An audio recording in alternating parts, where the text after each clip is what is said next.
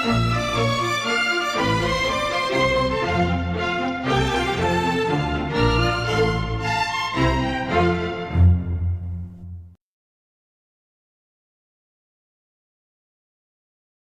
welcome back to Furious Fiction. I'm Mark Mustian, here with Diane Roberts. How are you? I'm fine, and you? I'm doing great, and we have a wonderful guest with us today, Sheila Curran, author of Diana Lively is Falling Down and Everyone She Loved. Welcome, Sheila. Thank you for having me. Thanks for coming. And tell us a little bit about, you've written 2 novels now, and I don't want to embarrass you, but you had a number of novels that you wrote and didn't get published before you had the first one published. So. Right. Well, I did not plan to be a fiction writer. I planned to go to law school, and my husband was going through grad school, so I was writing novels so I'd be a better lawyer. Figured, you know, I love to read, and anyway, I learned to write that way. That was my MFA, and then by the time it was I could apply to law school, I just decided I really liked the fiction world. But well, how many did you write before Diana Lively was published? I wrote two murder mysteries, a screenplay.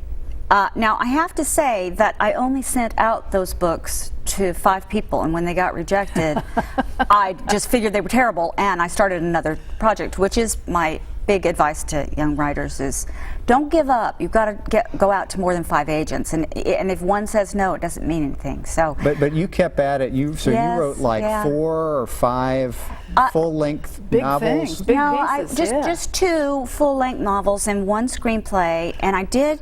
Just through a fluke, I got published, my first article got published in McCall's magazine, which, you know, I promptly put out of business 2 years later. But then I started writing journalism. This, you know, like this is discipline, actually. I think this is a really disciplined thing. And I mean, I think it's wonderful that you say you did this to become a better lawyer, because I'm always telling all the lawyers that I know that it's telling a story, what novelists do and what lawyers do and what nonfiction writers do. I'll tell a story, and lawyers have to tell a story that convinces a judge, preferably a true story.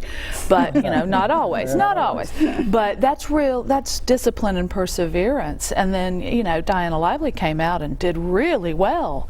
And it's a hoot. I'm really fond of Diana Lively because the juxtaposition of the whole world of Oxford and Oxford, England, as opposed to Oxford, Mississippi, and then the dreaded Arizona, which, you know, you made more exotic than England somehow. And it's very, very funny. I mean, it's extremely funny, and anybody, if you've got a head full of the royal wedding lately, you know, read this. It'll give you this lovely snarky take on the whole British class system.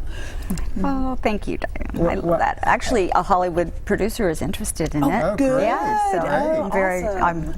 Well, I haven't read Diana Lively, but I read Everyone She Loved, which I also liked. And I wanted to ask you about, you know, chick lit, and do you see your writing as chick lit or not? Or are you offended by that? Or? Not at all. I love chick lit. I really love readable fiction, and I think the domestic turf is very interesting, and everything important happens on domestic turf.